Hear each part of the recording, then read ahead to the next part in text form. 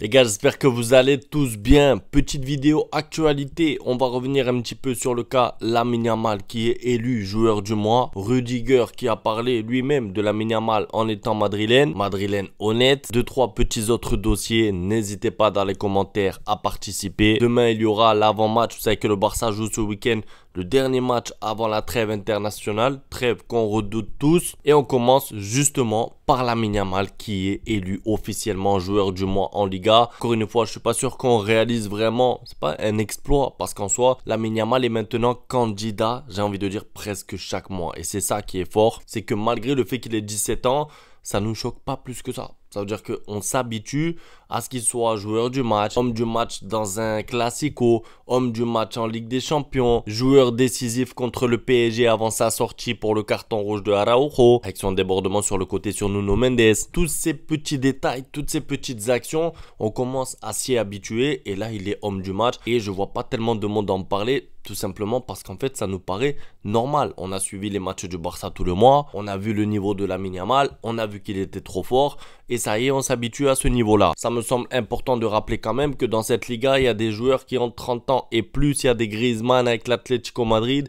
Il y a des Mbappé, des Vinicius qui va bientôt être Ballon d'Or.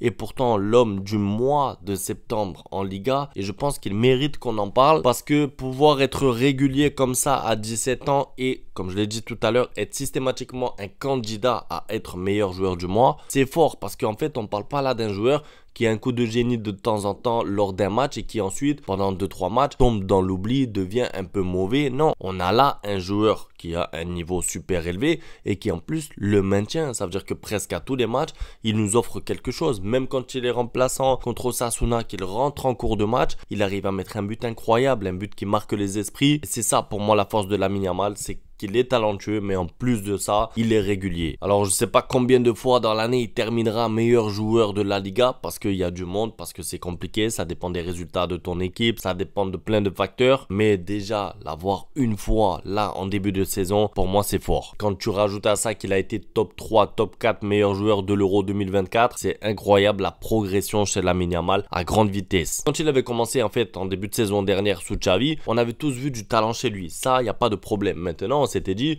si dans 3-4 ans, il peut commencer à lutter, si dans 3-4 ans, ça peut devenir un joueur référence, mais 3-4 ans de quoi? Il a mis 1 an et c'est déjà un ailier référence. Bon, retour sur ce qu'a dit Rudiger maintenant, sur Lamine Yamal justement. Ce que fait Lamine Yamal est ridicule. Il faut lui donner du crédit. Il joue pour Barcelone à 17 ans, ce qu'il a fait à l'Euro. J'espère qu'il restera en bonne santé. Il a un brillant avenir. C'est assez effrayant ce qu'il fait. Et c'est ça, c'est effrayant, comme le dit Rudiger, parce que je l'ai dit tout à l'heure, on banalise, on s'habitue, mais c'est effrayant. Quand même content de voir qu'un joueur comme Rudiger qui sur le terrain est méchant, c'est un joueur rugueux, mais à chaque fois qu'il prend la parole, parce que c'est pas la première interview que je vois de lui, il est objectif, honnête. La suite, maintenant, Olmo sera prêt pour le match de Séville et d'ailleurs apparemment Fermin Lopez aussi. C'est pour ça que je disais, d'un côté on redoute la trêve internationale, d'un côté elle va faire du bien au Barça parce que Dani Olmo qui va revenir, c'est un renfort de poids. On a vu ce qu'il peut apporter à ce Barça en quelques minutes. On l'avait vu déjà lors de sa rentrée contre le Rayo Vallecano. Il est tellement fort techniquement que lui, même s'il n'est pas à 100% physiquement, il peut apporter beaucoup dans un match. C'est un joueur qui aime jouer entre les lignes, vous le savez. Hâte de le revoir. Donc finalement, j'ai envie de dire, sa blessure ne s'est pas trop fait sentir. Alors peut-être que le Barça avec lui n'aurait pas perdu à Monaco, je sais pas.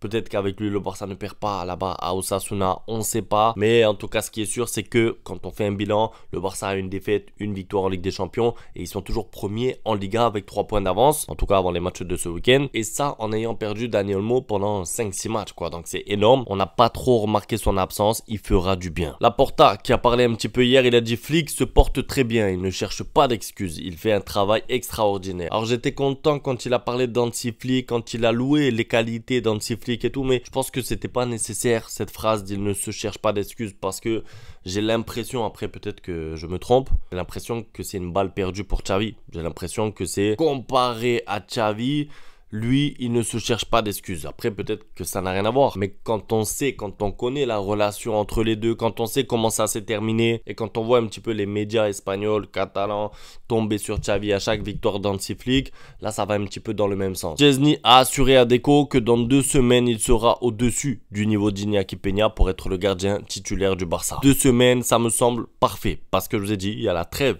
pile pendant 2 semaines. Ça a l'air d'être un gardien sûr de lui. Je pense qu'il connaît ses qualités. Je pense qu'il connaît le niveau d'Iñaki Peña, hein. C'est un gardien, donc quand il voit Iñaki Peña, ne serait-ce que 3-4 matchs, il a compris le niveau général du gardien. Szczęsny va faire beaucoup de bien, un petit peu comme le retour de Dani Olmo. En fait, là, il y a beaucoup de bonnes nouvelles. C'est pour ça que j'ai peur aussi de la trêve internationale, parce qu'il y a beaucoup de joueurs qui vont s'incorporer juste après la trêve. C'est pour ça que je me demande quels sont les joueurs qui vont se blesser là ce week-end. J'espère aucun, et surtout pendant la trêve internationale. En fait, ça me paraît trop bizarre. Ça me paraît très bizarre que le Barça récupère autant de joueurs sans en perdre. Hansi Flick a assisté à la séance d'entraînement du Barça B hier. Ça, pour moi, c'est encore une fois une preuve d'implication, parce que ton entraîneur qui va voir le Barça B en pleine semaine, ça veut dire que lui, il doit avoir des occupations, il prépare le match du Barça bien sûr, mais il doit avoir une vie de famille, il doit avoir des choses à faire. Aller voir le Barça B à l'entraînement, s'intéresser autant à la Masia, c'est incroyable. Quand on se rappelle des commentaires sur lui quand il est arrivé, tout le monde disait c'est un entraîneur allemand, il va pas mettre d'importance à la Masia, ça lui importe pas les jeunes de la Masia. Regardez, au final, on s'est peut-être tous trompés. Il est très impliqué, il donne beaucoup de temps de jeu aux jeunes. On l'avait vu pendant la pré-saison dans les matchs amicaux. Bon, il y a des jeunes qu'on ne reverra peut-être plus parce qu'ils n'étaient pas au niveau, c'est possible, mais en tout cas il leur a donné une chance, il a donné du temps de jeu à tout le monde. Là il va voir le Barça B à l'entraînement, franchement c'est remarquable. En plus de ça, pour l'instant les résultats suivent avec le Barça, c'est à dire que